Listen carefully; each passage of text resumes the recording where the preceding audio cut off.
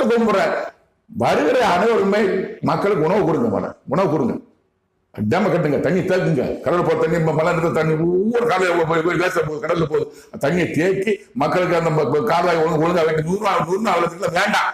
100 நாள் வளர்த்துனா பொம்பளை உட்காந்துட்டு பேன் பார்த்துட்டு பொண்ணு பேச போட்டு காட்டுறாங்க. வேண்டாம். நல்ல கம்மாயை தூருவாருங்க, கால்வாயை தூருவாருங்க. கடல்ல இருந்து வைகிட்டமும் தண்ணி கூட அந்த கம்மாய்க்கு கொண்டு போய் கம்மாய் தண்ணி தட்டுங்க, விவசாயத்தை பெருக்குங்க, உணவு பெருக்குங்க. பிள்ளைங்களுக்கு விவசாய கூலி அதிகமாக வாங்க. அப்புறம் பிள்ளைகளுக்கு கல்வி கொடுங்க, பிள்ளைகளுக்கு கல்வி படிக்கிற பிள்ளைகளுக்கு வேலை கொடுங்க. அது செஞ்சா போதும். எல்லாரும் நிப்பாட்டி, எல்லாரும் நிப்பாட்டி செய்யுங்க சார். செஞ்சா நல்லா இருப்பீங்க சார்.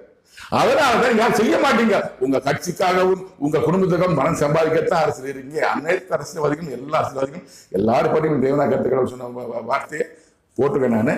கடவுள் தற்போது உள்ள அரசியல்வாதிகளை பற்றி என்னிடம் கூறியிருக்கார். என்னென்ன தீமை நன்மை சொல்லியிருக்கிறார்.